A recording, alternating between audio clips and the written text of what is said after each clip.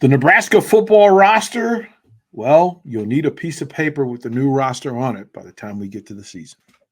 You are Locked On Huskers, your daily podcast on the Nebraska Cornhuskers, part of the Locked On Podcast Network, your team every day. Hey gang, DP here. Thank you for joining us on Locked On Huskers. Making Locked On Huskers your first watch, listen each and every single day. Greatly appreciate you hanging out with us for this segment. This episode, we'll go through a couple of things. We'll talk about the offensive side of the ball, scholarships only, because there's some numbers to pay attention to over the course of the next few weeks. I want to thank you, folks. This episode brought to you by FanDuel Sportsbook, official sportsbook of Locked On. Make every moment more. FanDuel.com/Locked On to get started today. Eagles Super Bowl 1.5. That's the favorite. What do you do? Put it in the comments. Again, like, follow, subscribe if you would, please. We spent yesterday's episode talking about the defensive side of the ball and scholarships. Nebraska has 85 scholarships that it's allowed to carry. We're talking about scholarship players only. We're not talking about walk-ons. We're talking about the existing returning players that we know. And then we will talk about players who are on scholarship. And on the offensive side of the ball, I just want to point out, as the lead-in spoke to, you will need a full roster sheet to track players this season. When we get to spring game, you will need a whole new sheet for numbers and jerseys and to keep track of who's in play. Why do I say that? Currently on the Huskers roster, there are 103 scholarship football players. 103. They're allowed to carry 85. Which means, in short work, they have got to eliminate 18, at least 18 players. Either remove them from scholarship or remove them from the program. 18. So imagine half the players, like 9 or 10 of the players that we talk about today will not be a part of this team. Those are some pretty daunting numbers. Those numbers just flash at me. 103. And that's where we currently stand. That's not to say that all 85 that would be left stay on the roster. So we'll go through, we'll start this segment. We'll go through quarterbacks, running backs, receivers. Then we'll go through tight ends and offensive line. We'll talk about the special teams room as well. But this coaching staff has a full bounty of work to go through on the offensive side of the ball. Now, today there was a presser. We got to meet Coach Wager and Coach McGuire. And we'll talk about that tomorrow. Because there's a ton to talk about. But on the offensive side of the ball, you've got E.J. Barthel. So Marcus Satterfield is the offensive coordinator, and then Ed Foley will dabble. He's the special teams coordinator, but he will dabble and help with some of the other positions. E.J. Barthel as a running backs coach, Garrett McGuire as the receivers coach, Donovan Raiola as the offensive line coach, Rob Wager as the tight ends coach. And then also tomorrow we'll talk about strength and conditioning, because it's a hot point and it is a thing that people will plant their flag on when it comes to Husker football. It's a thing that needs to be discussed. Let's start with the all-important room, that is the quarterback room. And the first name that we speak of is Casey Thompson. Now, here's the thing. There are 6 scholarship quarterbacks in the room. 6. I'm not sure how many they're going to carry. I'm not sure what the minimum would be. But there's 6. Casey Thompson, coming off a shoulder surgery, helped this team win 3 games last year. Would have changed the outlook of the season had he played all the games. Like, it's just they were a different team with Casey behind center. So, but we don't know what his situation is going to be health-wise. We don't know where he is mentally, right? I'm sure that the mental work will be put in. Casey's a student of the game with a high football IQ. So we know that he will be prepared mentally. Then the question is physically, what the rehab will look like and what happens in that space. Trevor Purdy also coming off an injury through the surgery, rehab, back in the space. Logan Smothers was beat up, banged up in that space. We now know that that's a three-headed monster that we feel comfortable with Casey Thompson at the lead. We know that there's a gap of talent difference and execution difference between Casey Thompson and Chuba Purdy and Logan Smothers. Those are the numbers. That's not my opinion. Those are the numbers. Then you add to that from Georgia Tech a 2-year starter from Georgia Tech and Jeff Sims. Now, to go and get Jeff Sims is a statement that you need to be better at the position. You need to have better depth at the position. Gives you another potential starter at the position without trying to slight Logan Smothers or Chuba Purdy. But quite frankly, you have 4 potential starters just within that space of those athletes. And Jeff Sims, look, he's a proven starter, an experienced starter in the ACC. He's faced Clemson, Florida State, Miami. Like he's been through gauntlet. So Jeff Sims the moment's not going to be too big. Different style of play with a new offensive coordinator. I'm sure there's been a meeting of the minds with Jeff Sims and Marcus Satterfield, but that's a thing that has to happen. And that's a big part of the equation. What will be the working relationship and the chemistry between Casey Thompson and Marcus Satterfield? Husker fans a year ago understood that there was space between the offensive coordinator and Casey Thompson. There was a space between the offensive coordinator and the head coach. I would imagine that there's not so much space between the head coach and the offensive coordinator this year because he recently made the choice, and this is a new marriage. We're still in the honeymoon phase, so there's not much conflict. And if you're only competing against recruiting tape and emails and social media, you can get along. All of that will change when you have to face Minnesota and PJ Fleck and Deion Sanders in Colorado. We'll have that discussion then at the about time. But that room is not complete because Heinrich Haarberg and Richard Torres may be the 2 most physically gifted quarterbacks in the room from accounts and reports. We don't know for sure because we haven't seen them in that space. We're talking about practice. Allen Iverson, my apologies. But when it comes to Torres and Haarberg, you can go back to them in high school, and then you can talk about them in practice. But also remember, the 2 least experienced quarterbacks in the room now have new quarterback coach, new offensive coordinator. So not only are they behind in experience, but they are behind in knowledge of what can be asked of them. Now, it evens the playing field a bit because there's all new verbiage for everybody. But the reality is there are 6 scholarship quarterbacks at the quarterback room.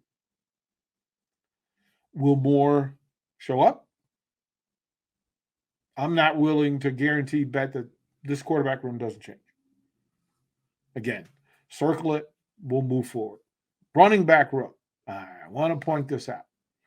Let's go through it. Anthony Grant, Ramir Johnson, Gabe Ervin Jr., A.J. Johnson. Those 4 all started games for the Huskers. In the last 2 years, they've all started games.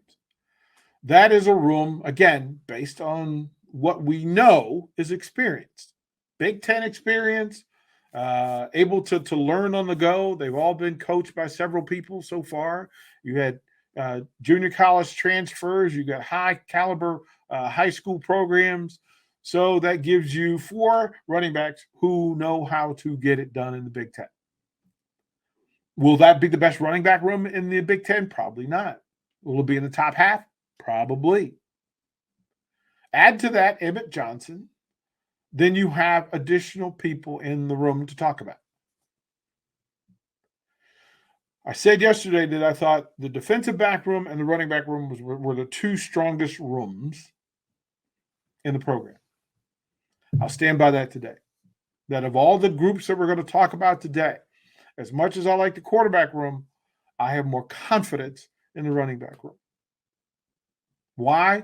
Because if any one of those four, especially a healthy A.J. Allen, a healthy Gabe Ervin, a healthy Anthony Grant, a healthy Ramir Johnson, you have enough talent in that room for Nebraska to be successful and for Marcus Satterfield to build on and take some of the burden off whoever is behind center for the Huskers.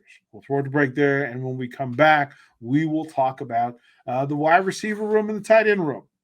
Lots to talk about there, lots to break down. But thanks for making Locked On Huskers your first listen today. Your second listen, jump over to the brand new podcast, Locked On College Basketball. Isaac Shade and Andy Patton bring you everything on the court and off that you need to know. Big name experts, coaches, players, etc. Locked On College Basketball, available on YouTube or however you get your podcast. More Locked On Huskers.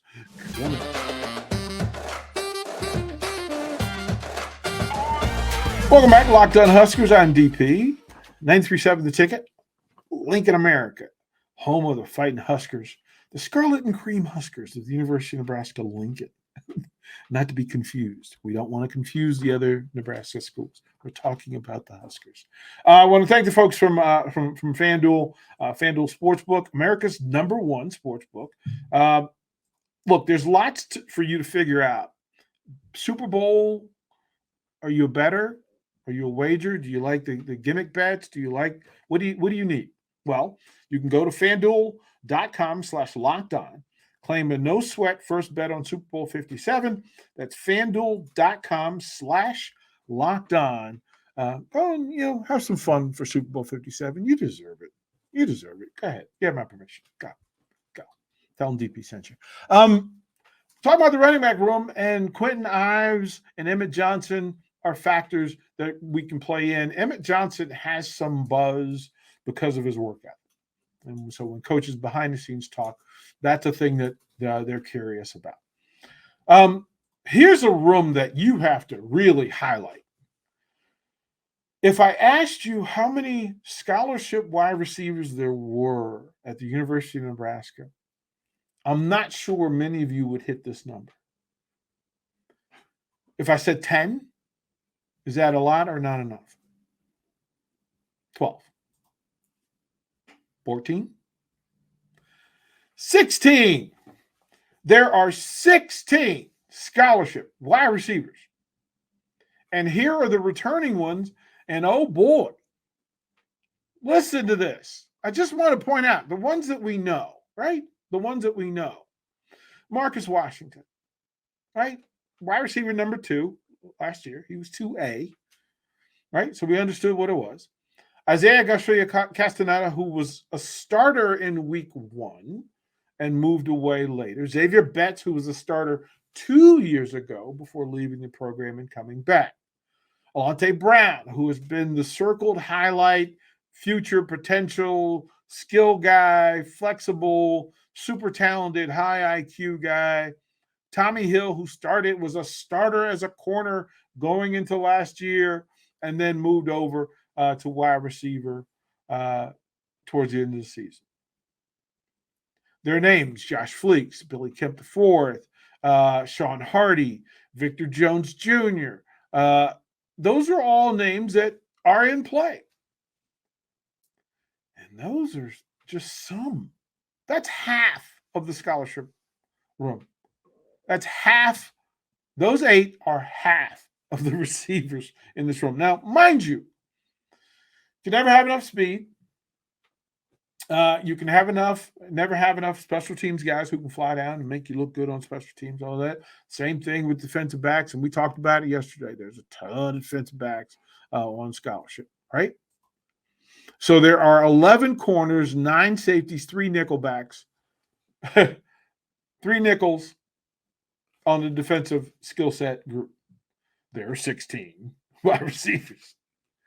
I'm going to say this again.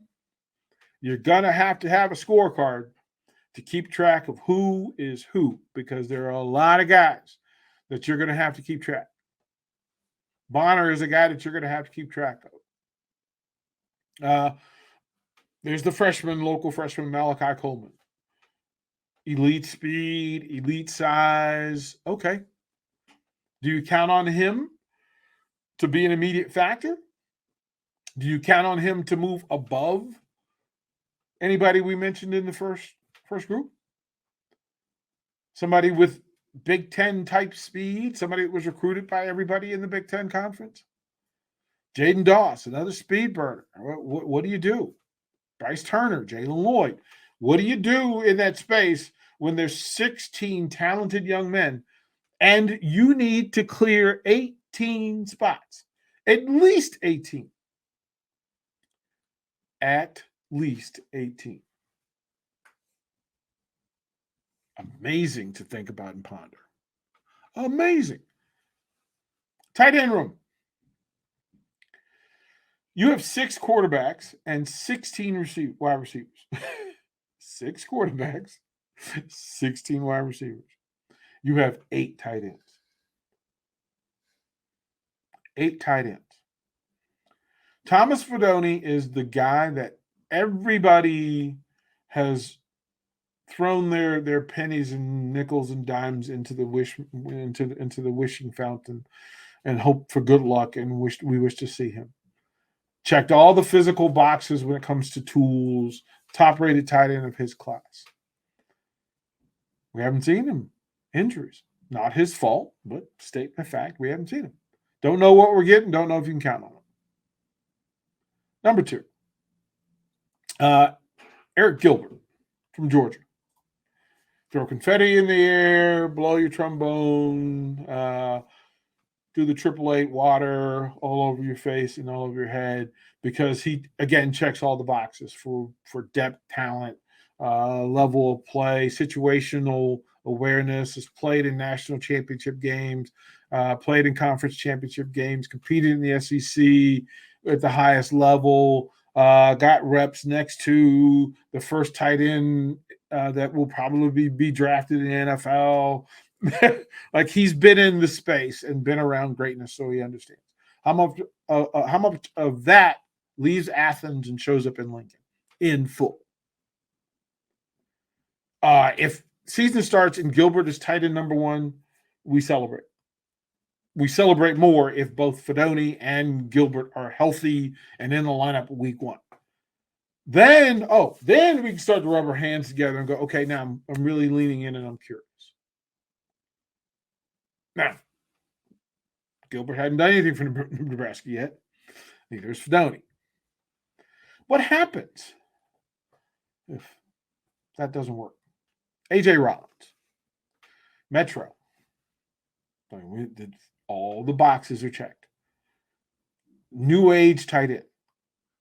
Can stretch the field, great ball, great awareness in space, can make folks miss, can power through, can finesse, all those things. That's what we saw in high school. We haven't seen it at the Nebraska level. We haven't seen it at the Big Ten level, but at least we have some idea. James Carney, who was big-time wide receiver at Beatrice. We kind of at Norris, we knew what he was as a big wide receiver. It has yet to transfer to this level yet, but it doesn't mean, if you're looking for a guy who caught a high number of important passes in high school, James Carney fits that. He checks the boxes for that. Chris Hickman is a veteran. He's been in the program. He's been injured. Great special teams player. We know he'll be out there. He'll be in that space and he'll do his thing. But can he contribute to the offense in a necessary level? Now those 5 of 8. Then consider Ismael Smith Flores, legacy kid. Dad was a baller, comes from a family of athletes. Okay. But he's a freshman, brand new. Chase Androff, Brody Tagaloa. What do you do with young talent? You don't want to throw them in the deep end and say swim. You need to prepare them to be in the deep end so that they can be successful at swimming. but you have 8 tight ends. Remember the number, 18 players that we talk about are not going to make this roster, not going to be on this roster in a couple of months. As a matter of fact, I'm willing to wager that it's probably more than 18.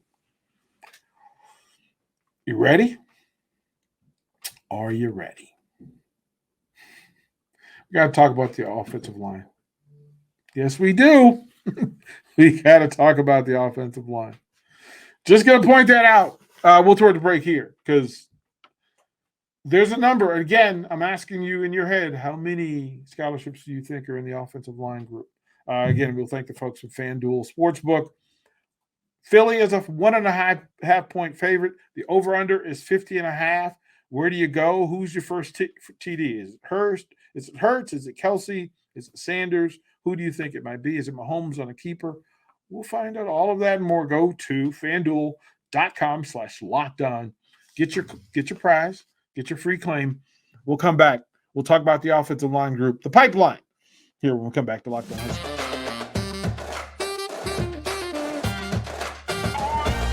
Welcome back. Final segment of Locked On Huskers. I want to thank the folks from Locked On Sports for allowing us to bring this to you, and the folks from FanDuel. Again, the FanDuel Sportsbook app. It's safe, it's secure, and super easy to use. Best of all, you get paid on your winnings instantly. That's FanDuel Sportsbook. Check it out. As for the number of offensive linemen under scholarship, here's some. I'm just going to rattle off a bunch of names. Yeah, these are all guys under scholarship, right? Bryce Benhart, Turner Corcoran, Ethan Piper, Northern Willie, Hunter Anthony. Those 5 were part of last year's roster. Often in the rotation, in the last 2 years, in the rotation of guys who played games in the Big Ten Conference. Henry Lutoski, Teddy Prohaska. That puts you at 7 players who had at some point played and been a part of Nebraska football in the Big Ten Conference. That gives you 7. Remember, you brought in additional people. So let's talk about Ben Scott, who will probably be penciled in as the starting center. Hunter Anthony, another big on the wing. Ed Setter, he's also in play. That quick count says we're at 8. There are 15 offensive linemen under scholarship. Justin Jenkins, circle it. That's a name you're going to need to know. Jacob Hood, circle him. That's a game that you need to know. And here's the thing. If those 2 who were brought in under scholarship probably are under consideration for the starting position at whatever position they're talking about. That puts you at 10. That's your depth chart of 1 and 2. And if you're going to lose players, remember this. Gunnar Gatola is a local guy. That I don't think that happens, right? There's a reason why he was brought in. Legitimate in the space. There are 5. Brock Nutkin, Sam Sledge, Mason Goldman, and Jason Masijak is the 15th person under scholarship at the line position. 15. Again, 103 scholarships are currently being listed and offered at this moment. 85 is the limit. As I said to open this episode, 18 players, at least 18 players, will not be a part of this program. At least 18. This coaching staff has a lot of work to do. And all these players under scholarship have some looking over their shoulder to do. Security is not guaranteed. We went over the defense. We'll talk about special teams tomorrow. We'll also talk about the coaching staff. We'll talk about some of the things that are in play. And we'll talk about this 85 scholarship because that is a number that is vital and a number that is important and a number that will play out throughout the course of this offseason, this improvement season. Again, thank you for making Locked On Huskers your first listen today. For your second listen, check out Locked On Huskers College Basketball. Experts Isaac Shade and Andy Patton of bring you through everything on the court and off. Plus, you'll hear from big-time coaches, players, etc., and you'll get the full landscape of basketball. Locked On College Basketball available on YouTube and whatever way you get your podcast. We'll close this episode with the 3 words we love so much. Go Big Red.